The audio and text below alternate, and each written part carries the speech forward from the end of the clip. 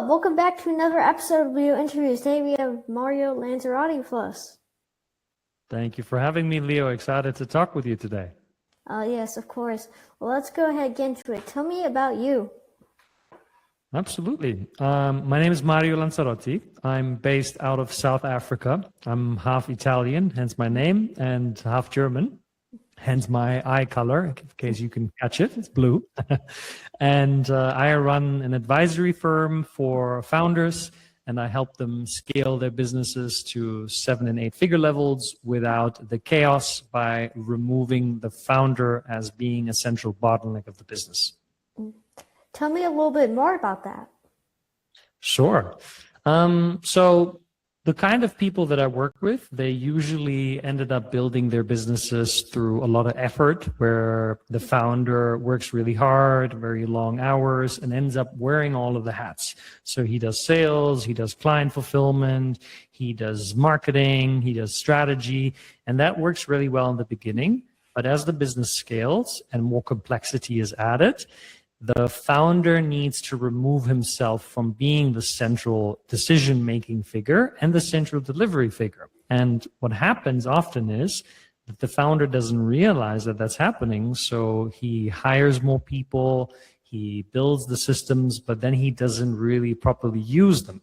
Because if I bring you onto my team and then I only use you to 50% and I keep watching over your shoulder and I keep trying to manage everything that you think, decide, and do, then I'm again taking too much work back on my plate, and that makes it harder for me to scale the business. Mm-hmm. What's your biggest challenge and how did you overcome it? That's a good question.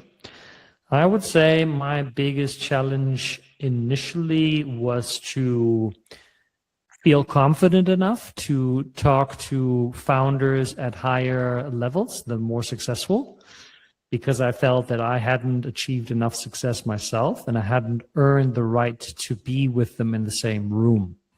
And I realized that I was looking at that from a perspective that always had me feel very small and insignificant. And so then I started reflecting on in what ways I have created success, and in what ways I've, more importantly, have helped other people. And I started making a list. I started talking to past clients. I started to interview some of my clients and ask them questions such as, what was it that I did from your perspective that really helped you? And the answers that I got really surprised me, because I started to see that I've done more things in their business, such as, help them build customer acquisition systems, help them become better leaders in the way they communicate, in the way they set boundaries, in the way they prioritize, even in the ways that they would live inside their family homes. And then I started to see the value that I've been bringing to the marketplace, and that made it a lot easier for me to talk to more successful people. Mm-hmm. If you think that we could all change the world by doing one thing, what would it be? That's a great question. And I also want to know your answer, quite frankly. I'm very curious about that, but I'll give you mine first since you asked. I would say it's to shift the focus from what's in it for me to how can I help you? And not just in a business sense, but imagine everyone would do that. From at the gas station where you put in your petrol and you've never seen the guy and you may never seen the person before, to the lady at the supermarket, to the person at the bakery, to even the one that cuts you off in traffic that you just want to curse at, the people that actually hurt you. If you develop this habit of asking yourself more, how can I support this person? How can I help them? I think the world would grow closer together, because we would express more kindness towards each other. And we would also recognize how much more valuable we actually are to each other. So that builds more of a united kind of community, neighbors, people in the office, people on the streets. So I think that would make a huge difference. And now I'd love to know what you think. Um, I just think being kind, really. Hmm. Because this Okay. world is full of, well, let's be honest, food, war, and anger. That's it. You know, Hmm. Hmm. that's like that's only it. So I think if like everyone just took time to be, more calm, there wouldn't be so much like war and anger. Hmm. That's a good point. Hmm. I'll definitely see that your point 2 and 3 is something that we should get rid of. But I love food. I don't know about Yeah, you, but I love food, I especially know. Italian food. Oh yeah, I know. I tried. I think it's called like ravioli. Oh yeah. Before, and it was good, except the place that makes it wasn't that good, so the Hmm. ravioli didn't taste good. But if I probably had like some fresh Italian ravioli, it probably would. Well, if you ever come to Italy with your family, maybe with your dad, I will personally take you out to eat delicious ravioli. And I also know that the pizza and the pasta is really Hmm. good there as well. Mm-hmm. Absolutely. I just want to go to Italy, and I just want to take a nice, giant, big, juicy bite of a cheese pizza. Well, that won't be the last one that you take. I guarantee Yeah, you that. yeah, definitely not. I'm gonna be chomping down on that entire thing. What's the biggest piece of advice that you could give to someone right now? As cheesy as it may sound, I would say listen to your heart. If you look at the current landscape of what's happening in the world, Leo, which I'm sure you've seen a lot of the AI, we have AI note taker on the call here right now.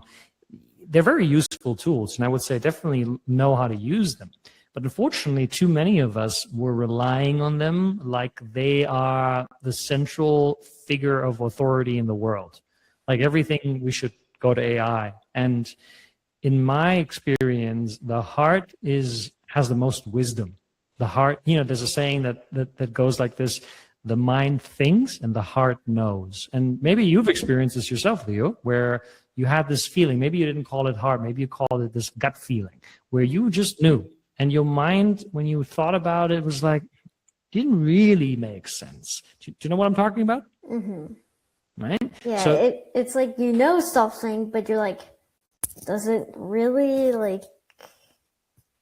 right. It's like when you spell a word correctly, but it looks like it's wrong. Like your heart Mhm. knows it's right, but your brain is like, that looks a bit wrong. Exactly.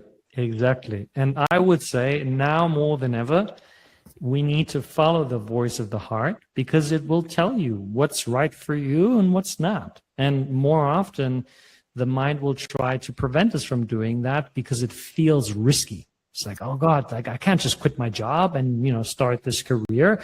I'm so young, I can't start this podcast. What will all the other people think of me? Oh, and here you are, and you followed your heart's voice, and here you are doing a great interview. And Oh. so I did the same thing myself. I went down the path of the heart, and it was scary and it was uncomfortable, and there was lots of, I don't know where this is even going to go. But looking back, I am so grateful that I did follow my heart because it brought me the right people to me. It brought the right business opportunities to me. It brought my wife to me. It helped me live in South Africa, the country of my heart. And I would say we need that courage today because the world has become so scared and we're all waiting for people to walk the path of courage for us. Exactly. Very well said, by the way. Thank you. You're welcome. What's the biggest piece of financial advice that you could give to someone right now? Build relationships. People are getting more and more afraid of building relationships because of the convenience of AI and the internet. Like you don't really have a need anymore to build too many relationships because you can play computer games all day long and you can have online friends. You can order food. You don't have to leave the house. Pretty You know, yummy. everything is becoming very convenient. I'm not saying don't do those things at all. You know, I play sometimes computer games and I enjoy that. And I order But delivery. yeah, same as me. You know, I had delivery just yesterday. I had delicious Asian food. You know, my wife got some sushi, and it was just great. Ooh, that sounds good. I don't want to like interrupt, but I just have to say I love sushi. Sushi is Oh, amazing. well, you know, we have another thing in common here: ravioli, sushi. I like where this is going. But you know, because a lot of people are not investing in relationships anymore, there's now a gap where people see. If I reflect on my path, I came to New York as a student. I didn't really know anyone. And then I started networking and I started connecting with people, with founders. And they started opening doors for me that I could have never accessed had I just sent like an email or submitted a request on a publicly available piece of information. And I would have never been able to get into those rooms with those people. You know, I had clients that were Super Bowl champions, Hollywood A-listers, billionaires, Google CEO. None of them came because I sent an email or, you know, knocked on a door and waited in line. No, I know someone that knew someone that knew someone that knew someone. And I think nowadays, building relationships is so under leveraged that it's easier than ever before because people are looking for intimacy. They want to sit down with you, look you in the eye, they want to shake your hand, and they want to know who you are more than just what you do. And I think if you do this strategically and consistently, the wealth that you're building in these relationships can be leveraged and used in so many different ways, whether it's a business relationship, a friendship, or you know, a mentor relationship. The benefits really are hard to mention. But I would say if there's one thing, invest in relationships. Yeah, because I think, you know, relationships, again, you know, being nice, I think if we all have a relationship, we can always like count on each other. And if we have a relationship, there won't be any more war or angry people, you know? You said it better than me. Really, Anna, I think you said it pretty good. Thank you. Maybe for some people who are watching this and don't really know like what they want to become or what their dream is, you know, what is one piece of what is one piece of, I guess, like motivational advice you would give to them right now? Yeah. You know, so many people think that where they are is wrong. They think, oh, I should know what I want. I shouldn't struggle. This shouldn't be hard for me. I shouldn't feel alone. Shouldn't. And I would say wherever you are is exactly where you need to be. That doesn't mean that it's the most ideal place, but what it means is that you're looking at a door, and the door will open when you learn the lesson. And so a lot of people think in terms of achievements and outcomes and destinations, like I land the job, I start the business, I get married, I get the promotion, but they don't think in the lessons they need to actually get there. And nowadays, often the lesson that I see for a lot of us is patience, is learning to be okay with the situation at hand. That doesn't mean that it's going to be that forever and you don't do anything about it, but it means that you stop shaming yourself or you stop guilt tripping yourself and to actually look at a situation and ask, if this situation was purposely designed in this way, then whoever designed it, what might they want to teach me here? What is it in? What can I learn here? And when we start a process like that, we're actually moving away from desperation and we're moving away from victimhood. We're moving to a place where we can be empowered by having a new perspective. And it's so much better to be empowered while being in a very difficult situation than be a victim and be in a difficult situation. Very well said, by the way. Thank you. Before we start to, I guess, wrap up this episode, Is there maybe like a website where people can find out more about you? Yeah, that's a great question. Thank you for asking, Leo. I would say the best way to get in contact with me is on my LinkedIn. I'm very active there. I post almost every day, and just type in my name, Mario, Mario, like Super Mario, the computer game, and then my last name is Lanzarotti, Lanzarotti. Just hit me up, and if you do, I want to know, what did you like about the conversation that I had with Leo?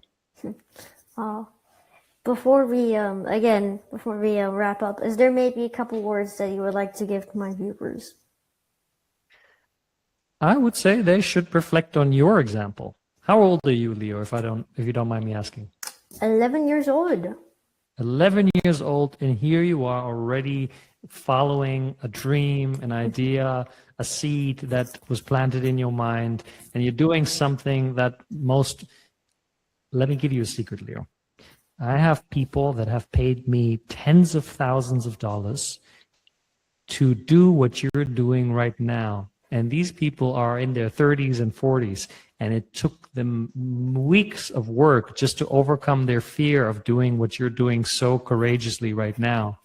And that's what I would say. If Leo can show you that he can do this, then what are you waiting for?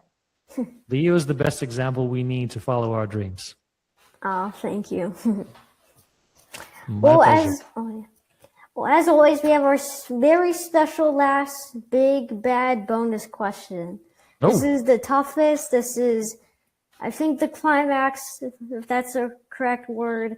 You're making me sweat. Are you ready? Wait. Yeah, and you take a big breath. Hold on. All right, hit me. Okay. Are you a Coke or Dr. Pepper guy? Definitely Coke. Okay. I think that brings the Coke score up to like maybe 6, somewhere around there. Dr. Pepper's currently losing. I think they're at like 3 or 4. So Coke is currently winning. Me, myself, I'm a Coke guy. So, nice. Well done. We're in the same club then. Yeah. I can't really taste it. Well, I can taste the difference. The thing is, to me, Dr. Pepper is a bit too sweet. I just want like a nice subtle fresh cola. Yeah, exactly. Not like a sugar bomb overload. Oh yeah, you can if you put too much in that, it just kills the whole vibe, and it just takes away the experience. Yeah, it just tastes like sugar and water. Yeah, I'm with you. Yeah. And if you guys want your opinion to be heard, you guys can go to Leointerviews on my YouTube page. And I currently have a poll running where you guys can vote for Coke or Dr. Pepper right now. You guys, well, when this video comes out, it'll probably be quite a while in the future. So, yeah, but I don't know what I'm trying to say. The poll, I guess I'm trying to tell them that the poll is here, but the video doesn't come out until like quite a while. So they'll probably miss it, but I do have a couple videos before this explaining the poll. So hopefully one of the videos gets in touch soon and they can go vote on their opinion. So, yeah. Well, Coke has our vote, so that's the most important one. Yeah. And if maybe one of you guys watching this wants to be interviewed as well, you guys can go over to leointerviews.com where you guys can apply to be a guest there, and we'll just have a fun interview. Well, it was nice meeting you. Beautiful. Leo, thank you so much, and everyone should definitely consider getting on Leo's show. He's a great interview host, and if I ever get to come back here, I would be honored. Mm-hmm. Oh, yeah, of course. Well, until next time, guys. Bye. Bye-bye. Okay.